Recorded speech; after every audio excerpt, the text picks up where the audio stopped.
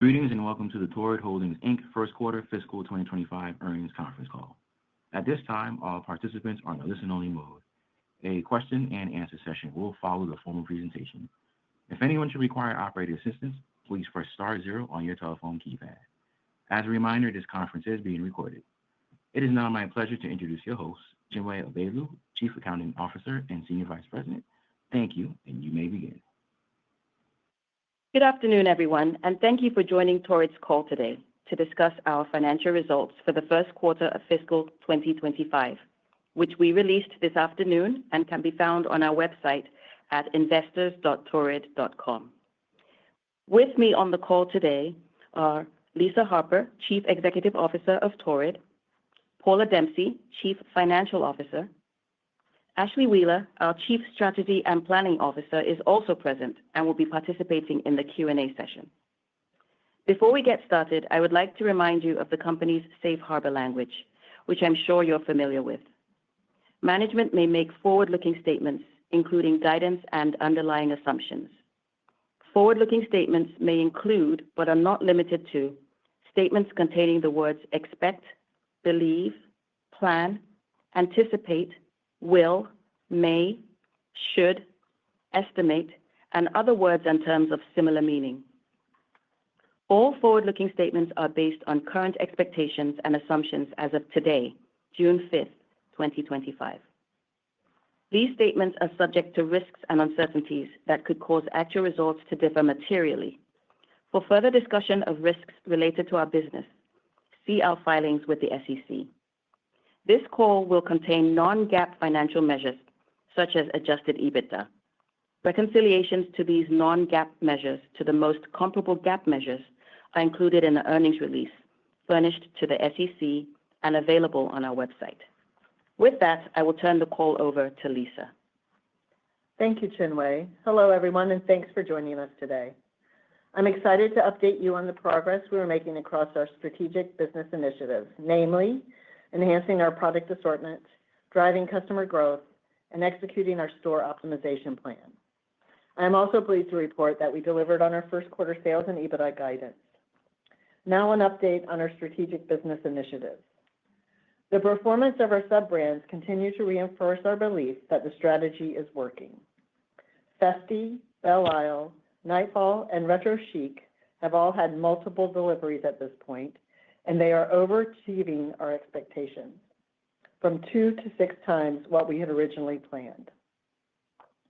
These sub-brands are designed and marketed for distinctive lifestyles, targeting a broader range of plus-size consumers, and they are revolutionizing our collections to embrace diverse fashion sensibilities and deliver truly differentiated options.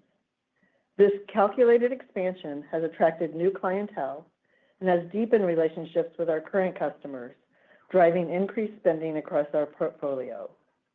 Importantly, our sub-brands are attracting new and younger customers, reactivating lapsed customers, while also creating a halo effect for our mainline Torrid offerings. With a margin structure higher than our core Torrid product, we are doubling down on our efforts to further expand our strategy with planned launches of new sub-brands throughout the year, while also increasing the delivery frequency on existing sub-brands from the current 6 to 8 times a year to 12 times annually, growing their penetration from approximately 10% this year to up to 30% of our portfolio in 2026. We will continue to fund the growth of our sub-brands through reductions in less productive Torrid SKUs, enabling us to deliver compelling, high-margin products. Now shifting to our channel optimization initiative. Our customers continue to send a strong message that they prefer an online experience which better supports our internal marketplace strategy that showcases the entire breadth of our assortment. Our website experience is powerful, and the perceived value to the customer is high across this channel. She loves that she can see and explore everything we offer, view outfitting options, and see herself. This is supported by our consistent sizing expertise and overall customer satisfaction, which continues to drive our industry-leading low return rates. Our online sales demand continues to grow, and is approaching 70% of total sales. We expect web demand to reach a low to mid 70% penetration in 2026. As part of our digital transformation long term, we see the business model evolving to an approximate demand mix of 75% online and 25% in store. This brings me to an update on the optimization of our retail footprint. As we mentioned on our Q4 call, we closed 35 stores in 2024, and we were targeting 40 to 50 closures in 2025, with the potential for additional closures as approximately 60% of our store fleet is up for lease renewals this year. With our customers increasingly preferring to shop our online experience, we are accelerating our fleet optimization efforts with a plan to now close approximately 60 stores in the first half of this year. We believe we have an opportunity to close up to an additional 120 stores in the back half of this year, bringing the total number of targeted closures for the year to approximately 180.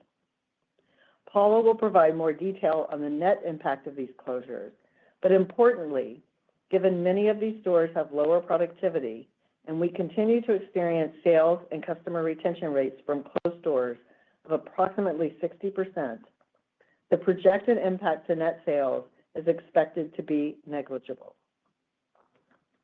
With the annualization of these closures, we would expect to see from 150 to 250 basis points of EBITDA margin benefit, net of increased marketing investment. We are planning to allocate a portion of the cost savings from the store closures to customer acquisition marketing, as well as a more expansive effort to retain and transfer existing customers to the web or neighboring stores. As a reminder, 95% of our customers are in our loyalty program, so we have a large amount of data on their shopping patterns. Our physical stores will continue to represent an important touch point to complement our omnichannel go-to-market strategy. They serve as community hubs and immersive brand building experiences, introducing customers to our brand and sub-brands, offering the dressing room experience, and acting as service centers for purchases made online or in stores. Most importantly, our passionate sales associates bring the brand to life, delivering personalized service that deepens customer connection and drives long-term loyalty. As we mentioned on the Q4 call, we see opportunities to enhance the expression of our brand in stores to better align with the online experience, and we remain committed to refreshing 135 stores in the third quarter. These are low capital investments with an expected fast return.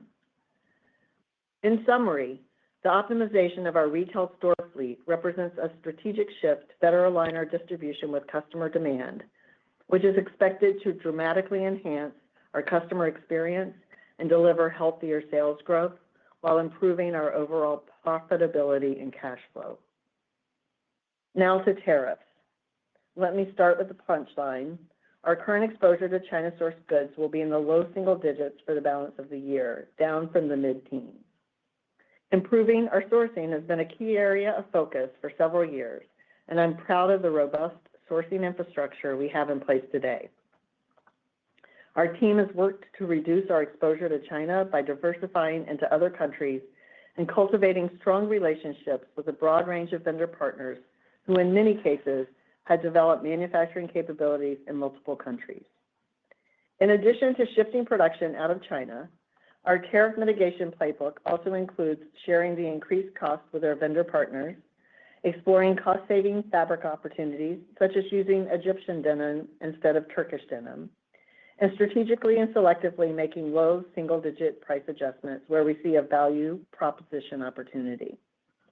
As it stands today, after these actions, we expect the net impact of tariffs to be approximately $20 million for the remainder of the year, calculated based on current tariff rates, which we will offset primarily through discretionary expense reductions, store optimization, and prioritization of projects across the business.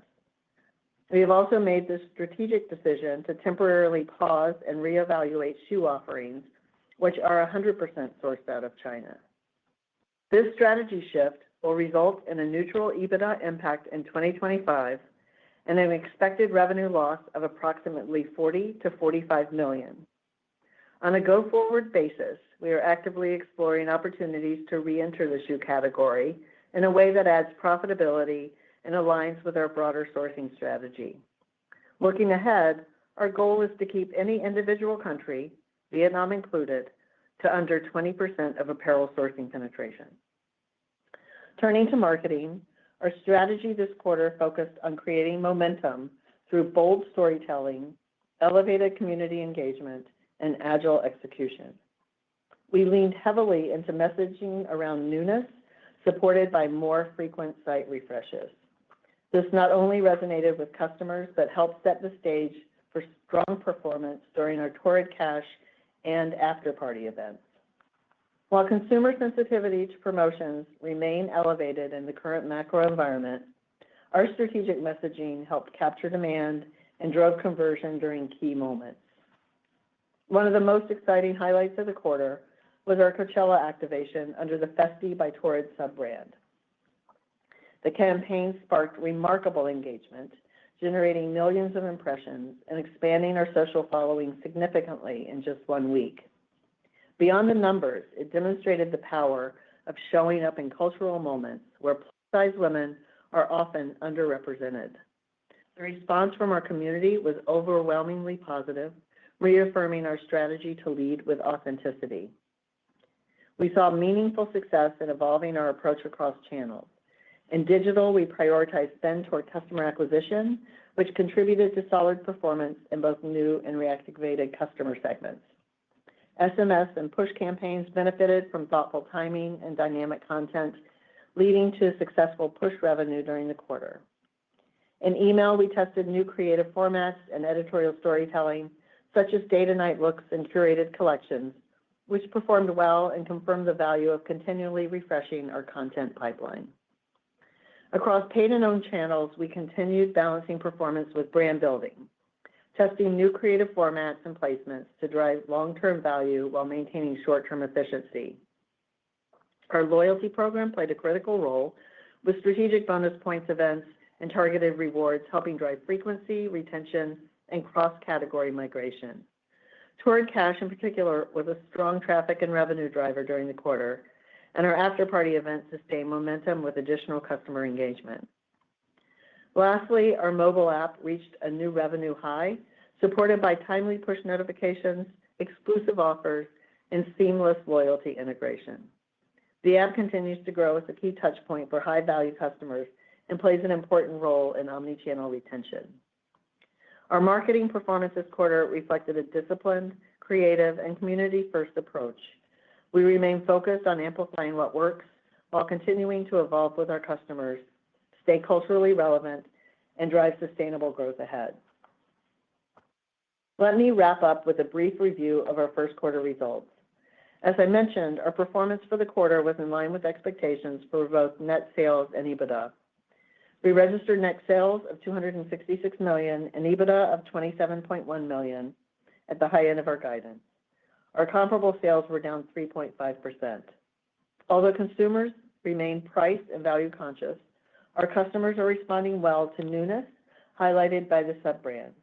As I noted earlier, our online demand once again outpaced stores, and we are encouraged to see a high percentage of customers who made a sub-brand product purchase are also picking up items from our core line. Overall, apparel performance in Q1 showed encouraging signs of momentum as the quarter progressed.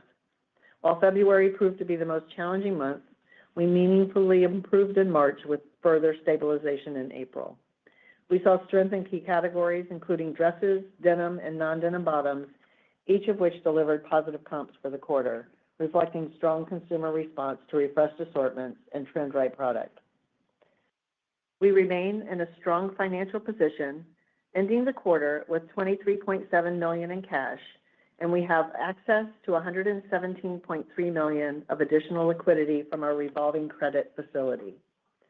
Our inventory position and composition are in excellent shape, and we are managing all aspects of the business with a prudent approach to the controllables, while playing offense focused on profitable growth. In closing, I'd like to recognize our exceptional Torrid team. Their relentless commitment to elevating our merchandise, driving innovation, and streamlining operations has been transformative. We've made remarkable strides in our strategic initiatives, establishing the foundation for sustainable, profitable growth with an eye towards creating value for all of our stakeholders. With that, I'll turn it over to Paula. Thank you, Lisa. Good afternoon, everyone, and thank you for joining us today. I will walk through our first quarter financial performance, discuss progress against our strategic priorities, and share our outlook and guidance for fiscal 2025, along with how we're positioning the business for long-term value creation. We delivered results in line with expectations for both net sales and adjusted EBITDA in Q1. After a slow start to the quarter in February, we saw improving sales momentum as the quarter progressed. Importantly, we began to realize tangible benefits from our store optimization initiative launched last year, which supported a reduction in SG&A and reinforced our focus on profitability and disciplined cost control. Net sales for the first quarter were $266 million compared to $279.8 million in the prior year. Comparable store sales declined 3.5%, reflecting continued pressure in our physical retail locations, partially offset by strength in our digital channel. Our performance reflects the continued evolution of our consumer shopping behavior, and we remain focused on adapting accordingly. Gross profit was $101.4 million, down from $115.4 million last year, with gross margin declining 320 basis points to 38.1%. The decline in margin rate was driven by planned promotional initiatives to improve conversion rates. We maintained an effective approach to expense management. SG&A was favorable by $6.5 million, resulting in $70 million in Q1 compared to $76.5 million in the prior year. As a percentage of sales, SG&A leveraged 100 basis points to 26.3% versus last year. This expense discipline remains a critical lever as we navigate the current environment. The year-over-year favorability in SG&A was driven by our store optimization efforts, as well as prioritization of company-wide projects and contract renegotiations.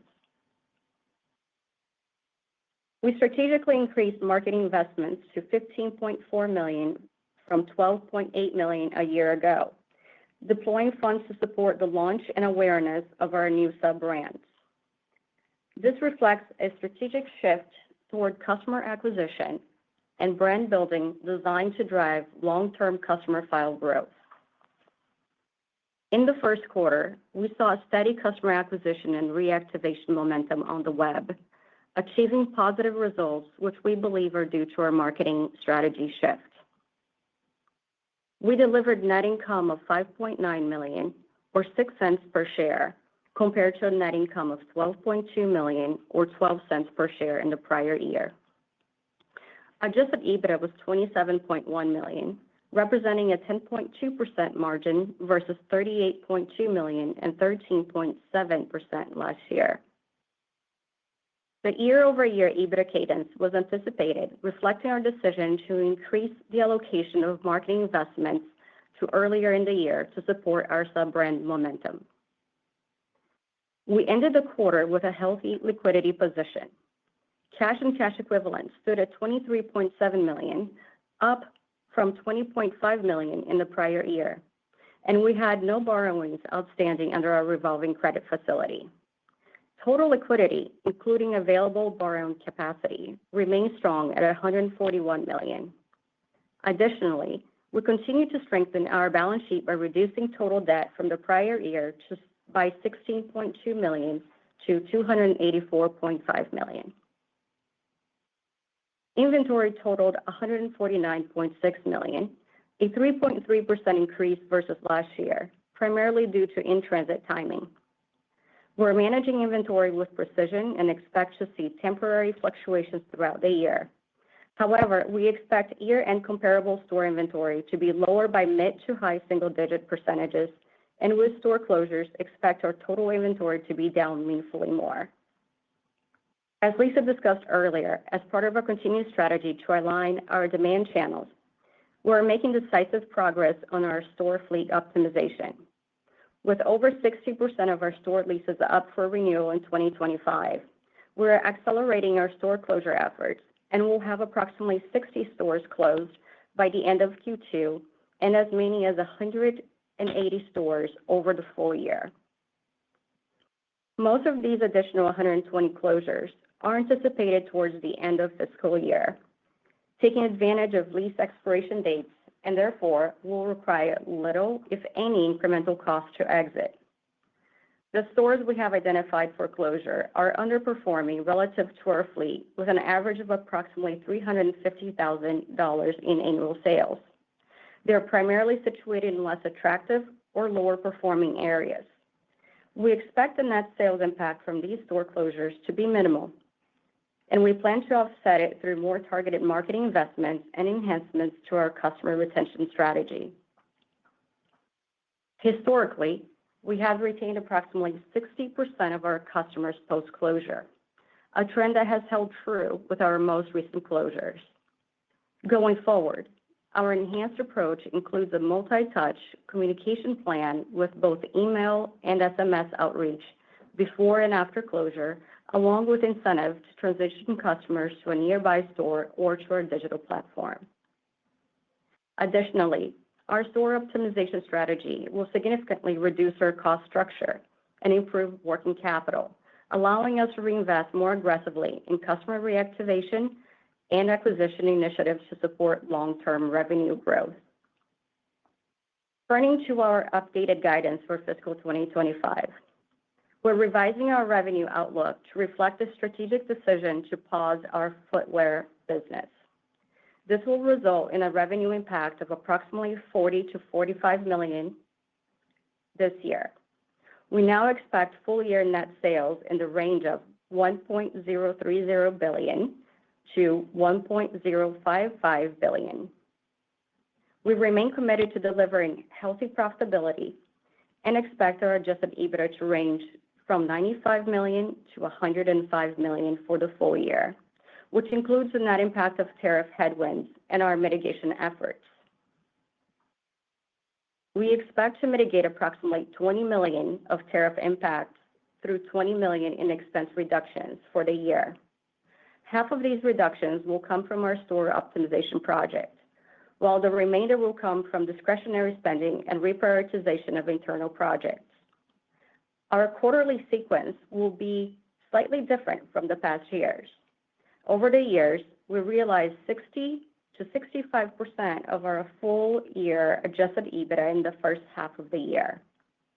In fiscal 2025, we expect our quarterly adjusted EBITDA to be more evenly spread due to a shift in marketing spend from the second half into the first half of the year to support the launch of the sub-brands, while cost reductions are expected to have a more significant impact in the second half of the year, leading to a more balanced strategy for profitability across the quarters.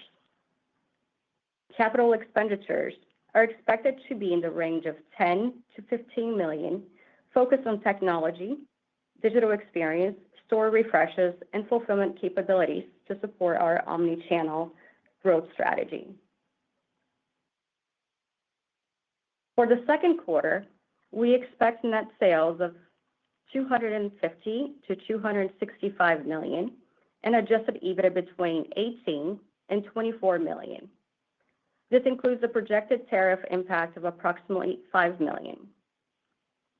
Looking ahead to fiscal 2026, while we're not issuing formal guidance at this time, we believe it is important to share early visibility into the expected benefits of our 2025 sales channel realignment actions. As I mentioned earlier, the stores identified for closure generate an average annual sales of approximately $350,000, significantly below our fleet average. As a result, we expect minimal impact to the top line both during the closure process and in future years. Historically, we retain roughly 60% of sales and customers following a store closure, driven by the strength of our loyalty program, which includes 95% of our customer base. This high enrollment rate enables us to effectively redirect sales to nearby locations or our digital platform. Take into account the net financial impact of these closures, together with incremental reinvestments into marketing and store experience. We expect a benefit of 150 to 250 basis points of EBITDA margin expansion in fiscal 2026 and beyond, supporting enhanced profitability and sustainable top-line growth. This initiative also advances our fleet rebalancing strategy, shifting the mix from 65% enclosed malls and 35% outdoor centers to approximately 55% and 45%, respectively. As we have shared in previous calls, outdoor centers typically deliver stronger productivity for our brand. In closing, we're operating with discipline and a clear strategic framework, tightly controlling what we can, while positioning the business to win in a fast-evolving retail environment. Our priorities remain optimizing our footprint, investing in high ROI growth levers, and strengthening our financial foundation. We are confident that our focused execution and strategic decisions today will support sustained, profitable growth over the long term. With that, I'll turn the call back to the operator for Q&A. Thank you. We will now be conducting a question-and-answer session. If you would like to ask a question, please press star one on your telephone keypad. A confirmation tone will indicate your line is in the question queue. You may press star two to remove yourself from the queue. For participants using speaker equipment, it may be necessary to pick up the handset before pressing the star keys. One moment, please, while we poll for questions. Our first question comes from the line of Lorraine Hutchinson with Bank of America. Please proceed with your question. Hi, this is Mary on for Lorraine. Could you talk a little bit about how we should think about the cadence of newness for the second half? Hi. The cadence of newness for product? Yeah, just in terms of like your sub-brand launches, just how we should think Sure. about that for the remainder of the year. Right. We have another new sub-brand launching in August, which is Lovesick, which is geared toward a younger customer at a slightly lower price point. And then we have Studio Luxe that will launch in September, which is a higher-end kind of desk-to drinks concept. We then, in the back half of the year, accelerate the timing of our launches for the existing brands, Belle Isle, Festi, Nightfall, and Retro Chic. So by the end of the year, we'll be delivering, I would say into fourth quarter, we'll be delivering all of those brands on a monthly basis. Thank you. Thank you. Our next question comes from the line of Brooke Roach with Goldman Sachs. Please proceed with your question. Hi, this is Savannah Summer on for Brooke Roach. Thank you so much for taking our question. It's great to see the momentum with the sub-brands. You've discussed them as being an avenue for new customer acquisition, and I'm curious if you could discuss what trends you've been seeing with these new customers following their initial sub-brand purchase. Are you seeing them shop across the broader assortment and other sub-brands? Is there any unique differences in shopping behavior by channel or category to call out versus your legacy customer? Thank you. Hi, this is Ashley. We are seeing really positive movement in the customer file related to these sub-brands, acquiring and reactivating new and younger customers than our average age in our existing file. Additionally, we're seeing really positive movement among existing customers with an increased lifetime value attached to them. So really seeing incremental purchase behavior from that group, as well as really high transaction size. We're seeing a very high attachment rate as well. So about 90% of the time, those that are participating in the sub-brands are adding other core Torrid products to their basket.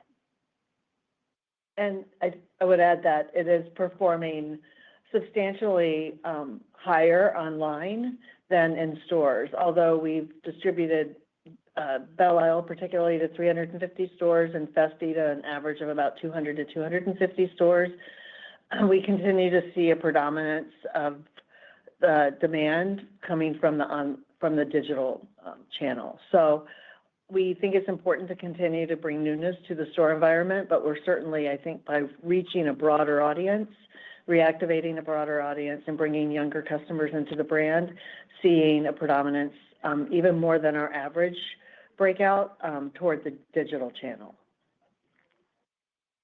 Great. Thanks so much for the color. I'll pass it on. Thank you. Our next question comes from the line of Alex Stratton with Morgan Stanley.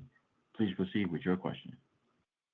Hi, this is Katie on for Alex. Thank you for taking our question. I just wanted you to look at 2Q specifically. I think at the midpoint of your guidance, it implies a sizable sales growth deceleration. Is there anything going on there, and does that reflect quarter-to-date trends, or what should we know there? Hi, this is Paula. How are you? Yeah, so as we had discussed earlier on our call, we are pausing right now our shoe business until further notice. So the majority of that business is currently sourced from China, and that business tends to be lower margin. So at this point, we're pausing it and just essentially reevaluating other partners to support the reentry into that business at a higher, more profitable margins. So that impacts about $45 million in sales for the year, kind of spread evenly through the balance of the year. That is correct. Got it. Thank you. And I don't know if you're giving any color on quarter-to-date trends or if that's in line with your guidance there. I just think through the guidance, we're continuing to see overall the choppy customer behavior, but it's going in both directions. We have some softer times and some stronger times. So we feel and are observing that she's buying slightly closer to need. And so seasonal categories are coming, their demand is coming in a little bit later. We can continue to see strength in our digital channel and look forward to really strong performance as we go through the back of the year with our semi-annual sale, our Torrid Cash event, as well as our after party. Great. Thank you so much. Thanks. Thank you. And as a reminder, if anyone has any questions, you may press star one on your telephone keypad to join the queue. Our next question comes from the line of Dylan Carden with William Blair. Please proceed with your question. Appreciate it. I'm sure you covered this. Apologies, there's a lot going on tonight. But the planned promotional or the use of promotion strategically through the quarter kind of mixed in with this flow of newness that you're seeing. Can you just remind us sort of the promotional strategy from here? Should those things exist or coexist, and is that more a reflection of the current market? And then as far as the online versus retail channels, online a more promotional channel? Thanks. Hi, this is Ashley. So we are continuing to be, I would say, as promotional as we typically are. Our cadence of major events like Torrid Cash, as you mentioned, will be 4 times a year, as historically have been, and as planned, 2 semi-annual sale events. And we're responding to general consumer, I would say, price consciousness or value orientation with promotional events, which she's been very, very responsive to. So that will continue, and that's implied in our guidance. Okay. And then I'm just kind of curious, the acceleration in closures, what's behind that? How you're arriving at kind of the 75-25 split is the right level? Yeah, can we sort of start there? Sure. I think that, Dylan, the customer continues to tell us that she prefers to shop online. We have talked previously, we're in the mid-60s in terms of penetration. That penetration keeps growing. That business keeps comping online. We are now acquiring more customers online than we are in the store channel. So all of the trends, and I think we've supported this with marketing strategies, with investment in digital marketing, with the sub-brand strategy and the expansion of product categories. I think the web experience for us is dramatically is a dramatically powerful channel for storytelling for our customer. And as we do that, she continues to migrate online. We still are seeing omni power, and we feel strongly that by closing these underperforming stores, we'll be able to move the fixed expenses associated with those stores. Some of that will go to a higher level of profitability for the company, and some of that will go toward the right sizing of the digital investment that needs to happen to continue to drive this new customer to the brand. As we see the younger customers coming in, as we see the reactivated customers coming in, the experience for the breadth of for the product categories, being able to visualize them, outfit them, tell the stories about them has I think the team has done a tremendous job in driving that visual representation of the brand. So it is the best expression of the brand. We're not giving up on stores at all. We are right-sizing the portfolio. So if you do the math, this ends up at about being 450 stores with this round of closures. And we think we're leaving very few markets. So it's really about a thinning out of existing markets. The customers will still have a close-by store. And just to reinforce, we've seen with the closures, as most recently with the fourth quarter closures, that we are still transferring slightly higher than 60% of those customers and sales to nearby stores or online. So as we're doing that, we're just right-sizing the business to the demands of the customer and being able to reallocate our resources to the right channel. I think sub-brands has illustrated to us and substantiated our theory that this customer wants more choices and is willing to pay for them, meaning she's willing to pay more for more fashion.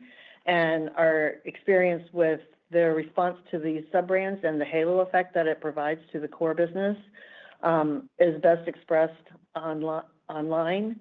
And so it became very, very clear to us that it was time to restructure our portfolio to a digitally led perspective. I hope that answered that. Very much so. Thank you. And last one, can you square the circle? You mentioned it there, the 60% retention, but full year negligible sales impact of closing the stores. Is that just some sort of function of when you're closing them, the fact that you retain, maybe increase marketing and other online channels, just how you get to that kind of neutral impact? Thanks. Right. So most of those stores will close toward the end of the fourth quarter. And at the same time, we'll be ramping up our marketing spend in relationship to that.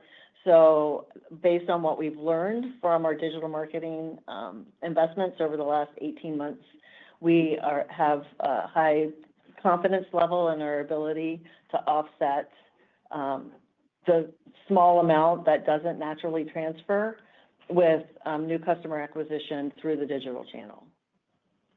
Thank you. And those stores, by the way, are very, very low volume. So it's a less of a hill to climb in terms of replacing those revenue dollars. Great. Thank you. Thanks. Thank you. And we have reached the end of the question and answer session. I would like to turn the floor back to CEO Lisa Harper for closing remarks. Great. Thanks so much for joining us today. We look forward to sharing the progress and our next call after we reflect on the Q2. Thanks so much. Thank you. And this does conclude today's conference, and you may disconnect your line at this time. Thank you for your participation and have a great day.